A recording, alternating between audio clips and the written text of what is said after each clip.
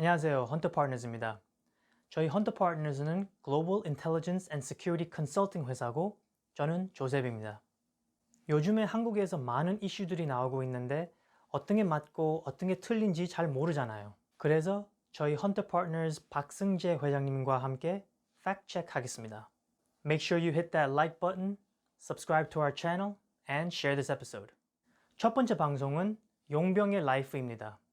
용병의 수준을 보면 그 나라의 combat capability를 evaluate 할 수 있습니다.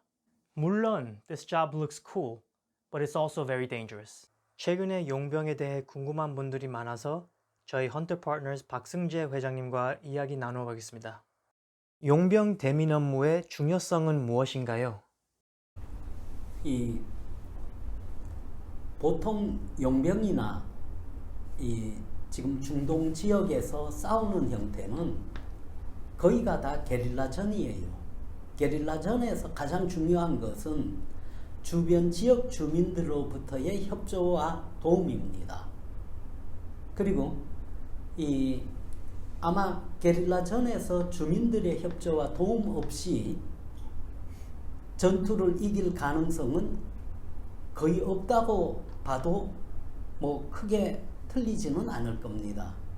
그렇기 때문에 이 주변 지역 사람들에게 프렌들리하게 해서 내 편을 만드는 거는 정말 목숨을 걸고 해야지 될 일 중에 하나입니다. 왜? 주민을 내 편으로 못 만들면 결국 그 주민들의 도움이 없기 때문에 내가 죽을 수도 있는 거거든요. 그래서 그 게릴라전에서의 가장 중요한 것 중에 하나가 그 대민 협력 업무입니다. 그냥 들어가서 총 쏘는 것만 아니고. 예. 왜냐하면은 심하게 얘기해서 당신 주기로 지금 게릴라들이 마을에 들어왔습니다를 알려주는 것과 알려주지 않는 것이 얼마나 차이가 있겠으며, 예? 역으로 나한테 와서 마을은 전부 평온합니다. 그리고서 게릴라들이 지금 날 주기로 한 20-30명이 왔다. 굉장히 다른 얘기지요. 그런데 지금 게릴라 몇 명이 여기를 공격하려고 마을에 들어왔는데 어느 집에 있습니다를 누군가 알려준다면은 역으로 나는 살고 게릴라는 죽는다가 되잖아요. 그렇기 때문에 협력은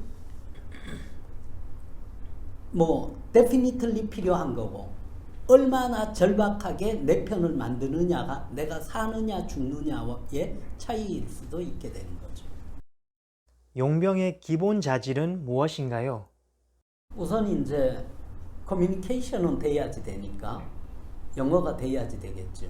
그 다음 이제 조금 더 한다면은 현지어가 되는 사람이면은 현지어가 안 되는 사람보다는 훨씬 유리하겠죠. 그 다음 이제 이 무기 다루는 법에 능숙해야지 되겠죠. 용병은 뽑아가지고 훈련시키는 부대가 아닙니다. 훈련돼 있는 사람을 뽑는 것이 용병이죠.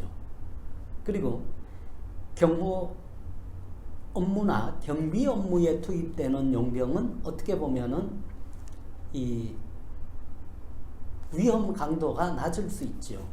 근데 작전에 투입되는 용병은 이 경비 서는 사람들 뽑아가지고 보낼 수는 없잖아요.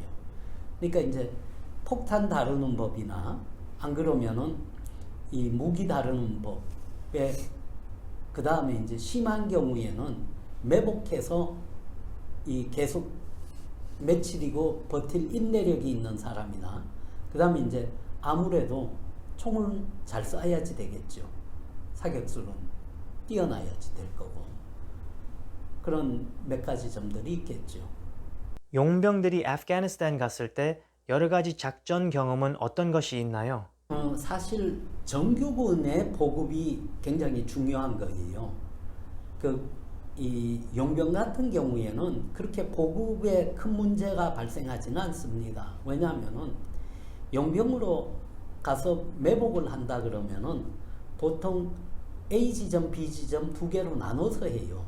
그래서 한 팀은 이 보급품을 지키고 앉아서 있는 팀이고 또 한 팀이 매복으로 들어가는 팀입니다. 그러니까 제가 얘기 드린 것 같이 한 80kg씩 짊어지고 가는 거 아니에요. 배터리도 가지고 가야지 되고 그 다음에 이 태양열 전지판도 가지고 가고 근데 동굴 앞에다가 태양열 전지판 깔아 놓으면 내 위치가 노출이 되겠죠. 그러니까 그 동굴 선정을 어떻게 하느냐가 굉장히 중요할 거고 심한 경우 보급 지키고 있는 곳을 공격받을 수도 있겠죠.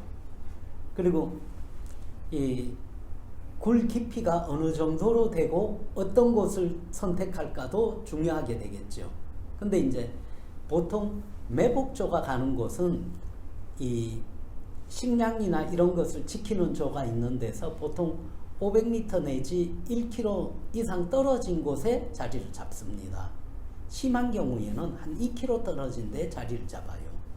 그래서 연결이 없게 그 다음에 이 매복조가 들어갈 때는 실탄하고 딱 먹을 식량하고 물만 들고 들어가는 거죠. 근데 이제 아프간 같은 경우에는 추우니까 이 방한을 위한 장비를 가지고 가는 경우도 많이 있습니다. 근데 이제 이 그런 경우에는 실제적으로 그 이 매복을 제대로 안 쓸 경우에는 역매복을 당할 수도 있겠죠. 그러니까 이제 이 제대로 된 사람을 안 뽑게 되면은 역매복을 거의 당한다고 봐야지 되겠죠. 예상을 할 때는. 그 추운 게 이제 그 데저트니까 낮에는 덥고 밤에는 춥고 그런가요? 산악 지역이어서 추운 경우가 많고 그 다음에 이제 이 눈이 많이 내려 있는 상태가 있거든요.